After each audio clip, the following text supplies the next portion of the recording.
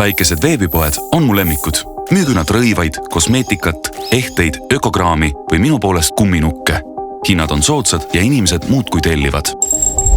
Olen väike ettevõtja. Mul on veebipood. Vahendame loodussõbralikke tooteid ja populariseerime jätkusuutlikku majandust. Meil oli kliente kõikjal maailmas.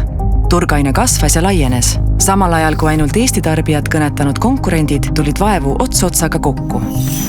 Ega mind ei huvita, kes seda poodi omab. Ma teen lihtsalt oma tööd. See on lihtne.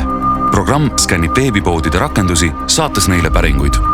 Pole jõudnud eilset turvauuendust peale panna. Kurb lugu. Eks ma olen kuulnud, et tarkvara tuleb uuendada. Aga kes sellele siis mõtleb? Kiire on. Kirjadele vaja vastata, kaupa tellida, kaebused rahuldada. Minu igapäevaste tööülesannet hulgas ei olnud see just esikohal. Mul ei tulnud pähegi, et keegi võiks midagi nii pahatahtlikku teha. See pole isiklik. Kõik käib automatiseeritult.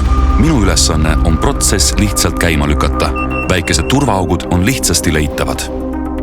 Ega ma päris täpselt aru ei saa, kuidas või millal see juhtus. Et kõik meie lehel oste sooritanud klientide andmed andmebaasi salvestamise asemel võõrastesse kätesse sattusid. Aga paar nädalat tagasi helistas mulle uurija ja tuleb välja, et meie ettevõtte kaudu on lekkinud rohkem kui 1000 inimese andmed. Kes tagaukse lahti jätab, on ise süüdi, kui keegi sealt sisse trügib. See tuvastati suurema uurimise käigus. Mul on nii piinlik.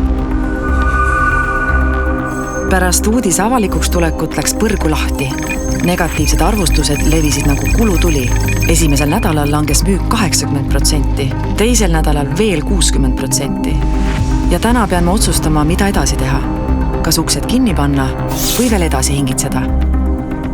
See on olelusvõitlus. Ellu jäävad kavalamad ja osavamad. Pealegi, mina annan need andmed lihtsalt edasi.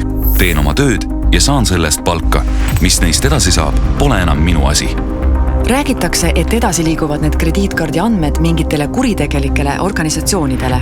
Minu klientide andmetega soetatakse veebipoodides suvalist kama, mida edasi müüa, ja ostetakse kinkekaarte. Ja mille teenistusse need omakorda pannakse, seda ei taha vist keegi teada.